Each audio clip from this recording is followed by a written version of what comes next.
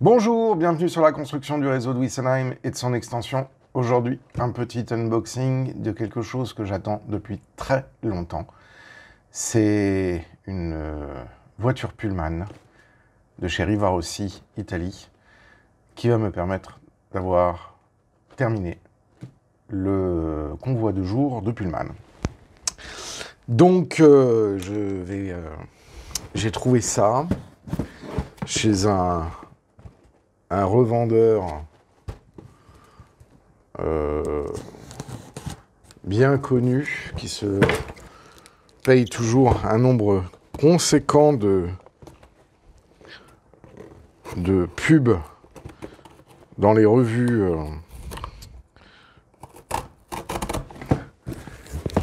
de modélisme ferroviaire. Et en fait, le plus dur avec les références Riva Rossi, c'est de trouver celles qui conviennent à ce dont on a besoin. Et oh, j'ai plein de chips.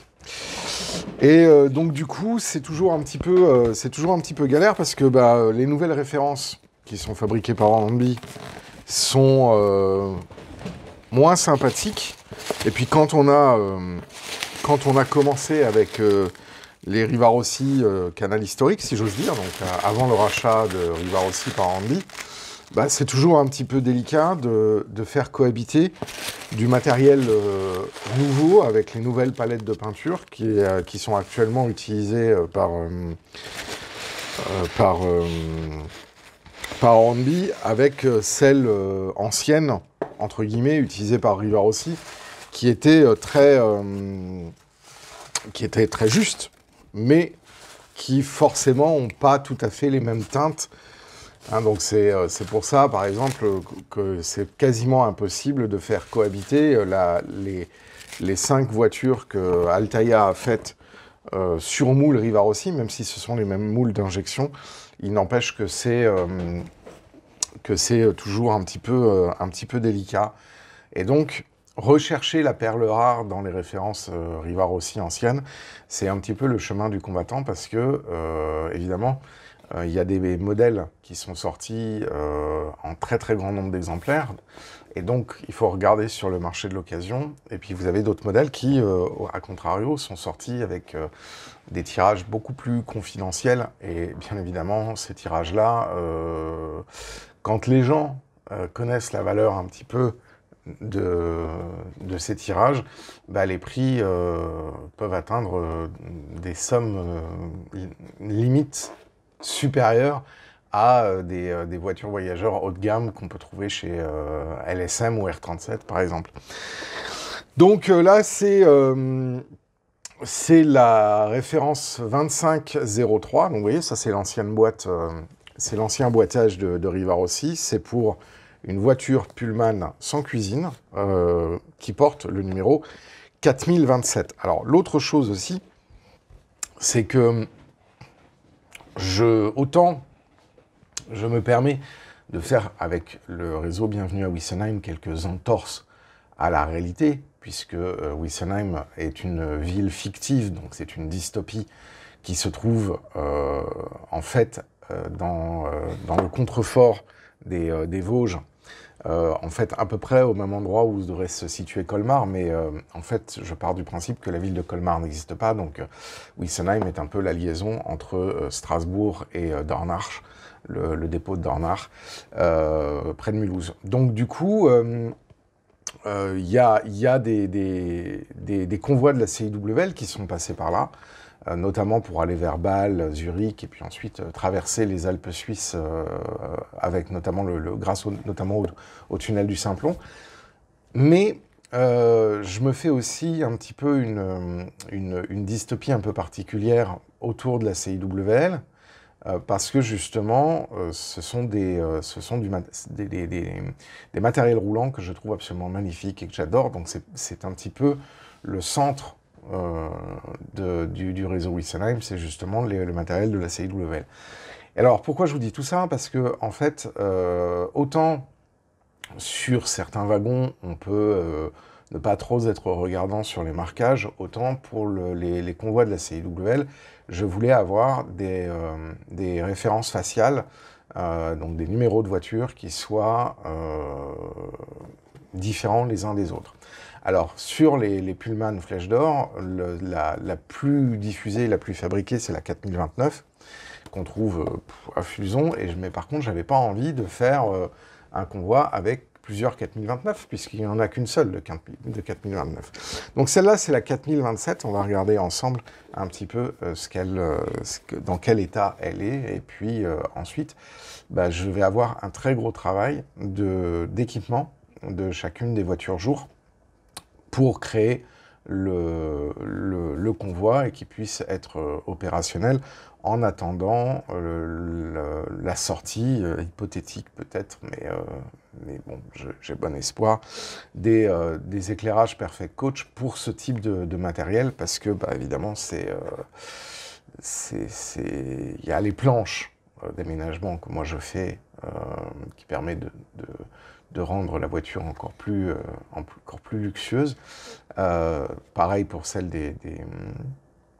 des LX d'ailleurs, donc j'aurai l'occasion d'en reparler très prochainement.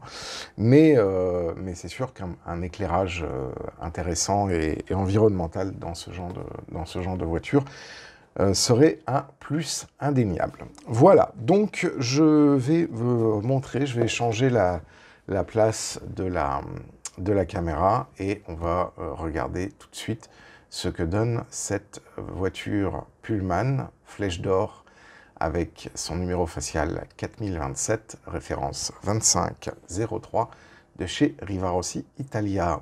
Eh bien, allons-y. Bon, nous avons donc ici la boîte rouge typique de Rivarossi et fait marquant, nous avons les décalcomanies d'époque, de direction, de destination. Milan, Rome, Flèche d'Or, Paris-Calais. Paris-Calais, je ne sais pas ce qui est marqué là. Paris-Calais.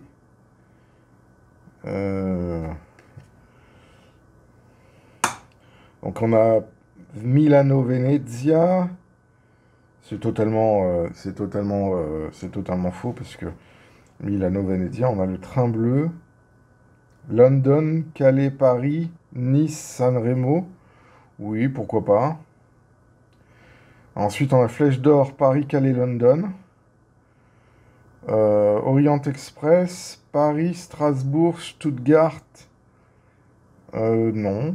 Ensuite, on a le train bleu. Paris-Nice, Vintimille. Lecce, Milano. Bon, après, ça, c'est des destinations qui sont un peu bizarroïdes. Parce que toutes... Enfin, après, il y a certaines destinations comme ça, mais le Paris-Calais... Enfin, le Calais-Paris-Bâle aussi, par Strasbourg. Enfin bon, bref. Alors là, c'est un fait assez notable. Tiens, j'ai 2 fois la même... Oh, ils m'ont mis 2 fois... ça doit venir d'un autre paquet. Donc là, c'est assez marrant, parce que Rivarossi, à l'époque, parlait déjà du harpon de Rocco. Ça, c'est assez marrant. Voilà. Et donc là, du coup, je l'ai 2 fois. Bon. Et ensuite, on a la boîte. Et... ouais. Alors, effectivement, elle est abîmée. Le fond de la boîte. Mais bon, après, ces boîtes-là étaient vraiment pas terribles.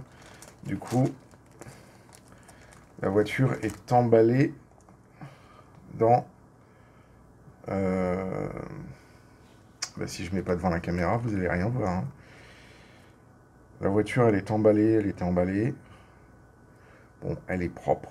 Ce côté-là est plutôt joli. La tempographie, alors je vais peut-être couper le flash, vous verrez peut-être mieux la tempographie. Voilà. Je vais le remettre, sinon on va rien voir après. Donc là, le dessous du châssis, c'est tout ce qu'il y a de plus classique sur le Rivarossi italien. On a leur espèce d'élongation à la con. Voilà, qui est à la fois une élongation et à la fois le pivot de bogie. Donc ça fait partie des modifications qu'on est obligé de faire. Il y a bien les quatre tampons, on a bien la porte arrière qui est peinte en bois, ça c'est tout à fait conforme. Le monogramme qui est plutôt propre sur cette série-là. On a néanmoins quelques petites taches sur le vitrage, mais ça, à mon avis, ça doit pouvoir être nettoyable. Voilà, est-ce que la voiture a beaucoup roulé? Non, apparemment, la voiture a quasiment jamais roulé. On le voit sur les traces d'usure au niveau des essieux. On est sur des anciens essieux isolés, donc là, on ne peut pas utiliser comment s'appelle, de réglettes en chrysocale pour pouvoir prendre l'alimentation. Là, ça c'est un peu chiant. Et il faut soit prendre l'alimentation par les flancs. Bon, après, je vous avouerai que les roues Rivarossi, elles font un peu coup de pizza. Donc, moi, ça ne me pose pas trop de problème de devoir les changer. Parce que c'est un peu des roues, alors sur du code 100 ça se voit pas trop, mais alors sur du code 75 en circulation c'est un petit peu, voilà, hein, c'est pas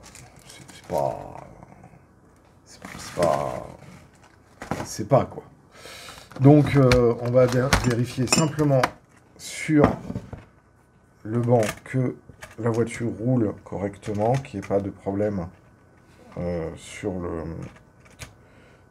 les deux, voilà, pas de problème, ça roule. Il n'y a pas de point dur, donc tout va bien. Donc voilà, là on a cette dernière voiture qui maintenant complète parfaitement le convoi de jour sur lequel j'ai la 4028, la 4029, la 4020, la 4003 et la 4010, si je me souviens bien. Et je dois en avoir une autre d'ailleurs. Et donc voilà, et donc le dernier élément qui manque, c'est le fourgon truck qui arrivera quand il arrivera de chez AMF 87. D'ailleurs, je vous invite à aller l'acquérir, c'est un fourgon absolument magnifique. Voilà, donc ça, très belle voiture que je vais pouvoir installer dans mon parc et commencer la modification de ce convoi de jour CIWL Pullman Flèche d'Or. Voilà, c'est la fin de cet unboxing. Merci de l'avoir regardé. Je tiens à vous remercier. Vous êtes de plus en plus nombreux à regarder la chaîne Bienvenue à Wessenheim. Dans les jours qui viennent, on va très certainement dépasser les 2000 abonnés et croyez-moi, ça me fait énormément plaisir. Je tiens aussi à remercier toutes les personnes qui font des commentaires dans la section commentaires, qui mettent des petits pouces vers le haut, qui partagent les vidéos ou qui me posent des questions dans live. Merci aussi à toutes les personnes qui font des donations sur Tipeee pour le financement de la chaîne et aussi le financement, et surtout d'ailleurs, le financement du projet Nomade pour pouvoir notamment acheter les références qui ne sont pas fournies par nos partenaires. Un grand merci aussi à toutes les personnes qui m'encouragent et qui m'envoient des mots agréables pour m'encourager à continuer comme ça. Ça me fait vraiment plaisir et donc du coup, j'ai bien envie de continuer sur la lancée. Voilà, en tout cas, merci, j'espère que cette vidéo vous a plu, et moi je vous dis à très bientôt pour la suite de la construction du réseau de Wessenheim et de son extension. D'ici là, portez-vous bien et faites du train. Ciao!